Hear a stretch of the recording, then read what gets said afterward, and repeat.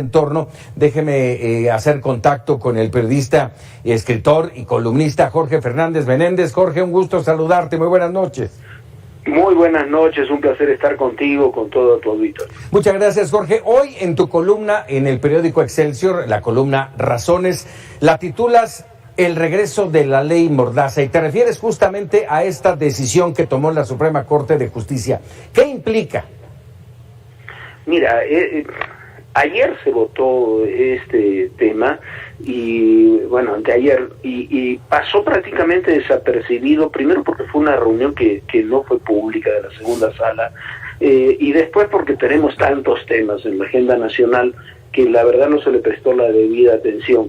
Yo creo que es un tema delicadísimo. El regreso de la ley Mordaza implica ese reglamento, para regresar un poquito a lo que ocurrió en diciembre del 2016, es un reglamento que estableció el ICETEL, que fue repudiado por todos, por los medios de comunicación, por nosotros los comunicadores, por la Sociedad Interamericana de Prensa, por la OEA, y finalmente fue repudiado por los partidos, por el Congreso y por el propio presidente.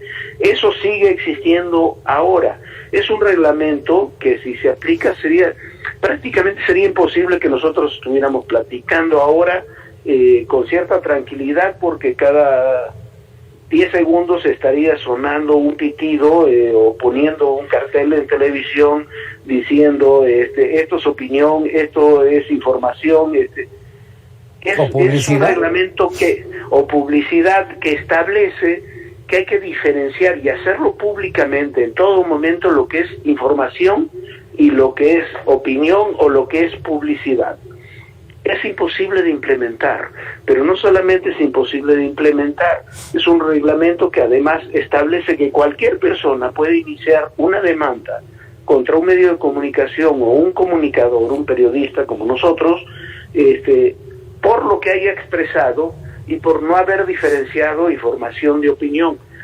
Si tú dices en una nota, yo lo ponía en la columna de hoy, tú dices, escapó en un automóvil Ford, la ley puede establecer que tú le estás haciendo publicidad a Ford.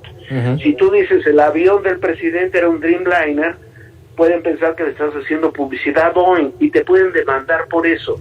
Es una forma de demandar que no opines. Por eso le llamamos en 2016, 2017 una ley Mordaza. Por eso se derogó. Hay una serie de razones que esgrimieron 4 de los 5 ministros. La única ministra que votó en contra de este punto fue Yasmín Esquivel. Los otros 4 ministros apoyaron la propuesta de Javier Lainez, que alegan temas de procedimiento, temas de forma, pero esto no es un tema de forma, no es un tema de formas legales.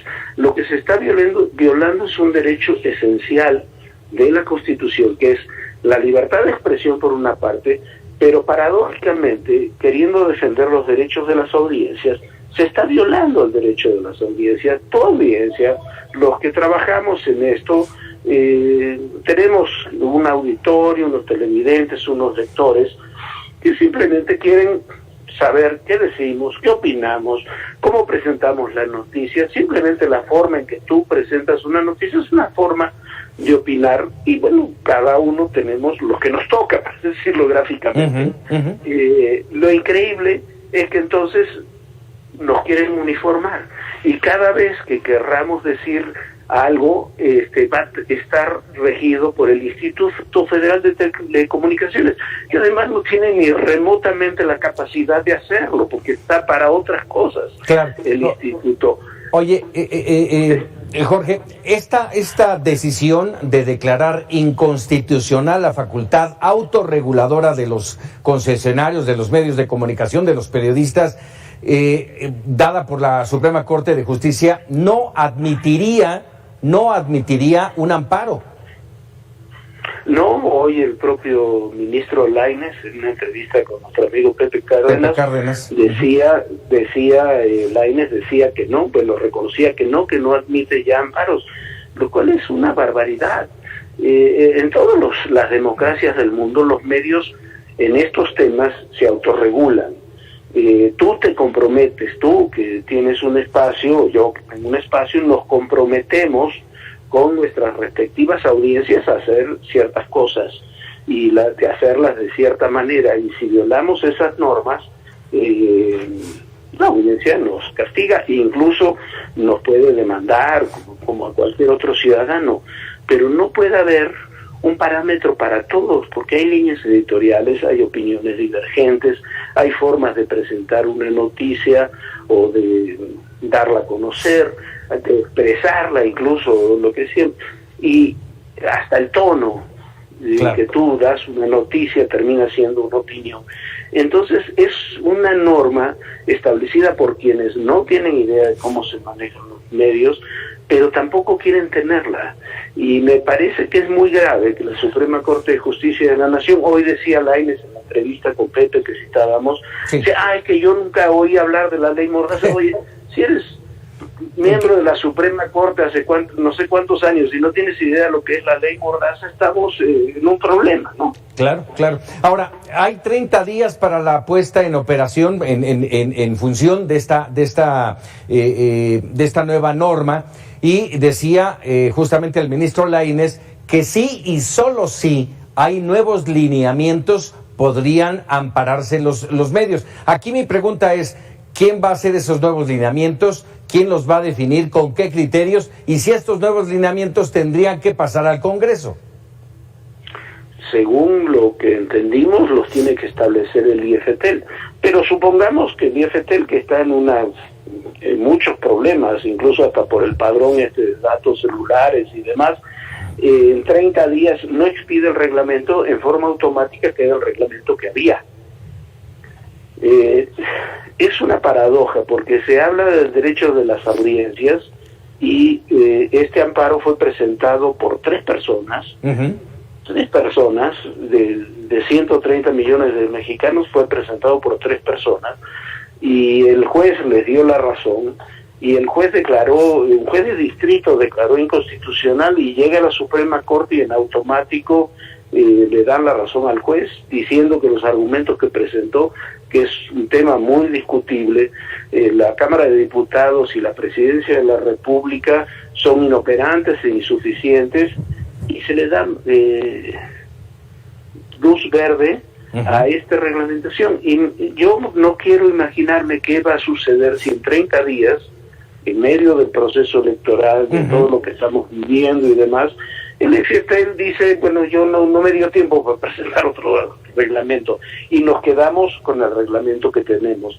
Me parece muy grave, muy delicado, y me parece que sería un golpe a la libertad de expresión y al verdadero derecho de las audiencias a escuchar todas las voces, que puede ser irreversible. Déjame por último preguntarte, Jorge, mencionas que esto es muy grave y a la luz de lo que ha estado ocurriendo en los últimos meses en nuestro país, ¿a dónde nos encaminaría esto? Esto nos encaminaría a un sistema que ninguna democracia tiene. Un sistema donde hay un organismo del Estado, en este caso sería el IFETEL, ni siquiera los organismos ejecutivos, el IFETEL, que determinaría el concepto ético, porque de eso es lo que se está hablando, ético de la información. En parte del reglamento habla que la información tiene que ser veraz y tiene que presentarse en forma y tiempo. ¿Quién define eso? ¿Quién define que es veraz? O sea, todos tenemos verosimilitud, etcétera, etcétera. Pero oportuna. ¿Y qué es la información que se tiene que presentar en forma y tiempo? Si yo presento una información que ocurrió hace 3 años, estoy fuera de forma y tiempo, se considera una opinión.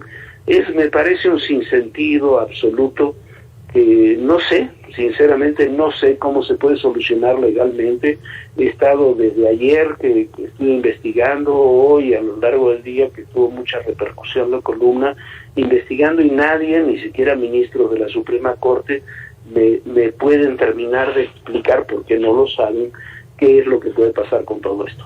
Caray. Jorge Fernández Menéndez, agradecido de estos minutos para Mega Noticias TVC.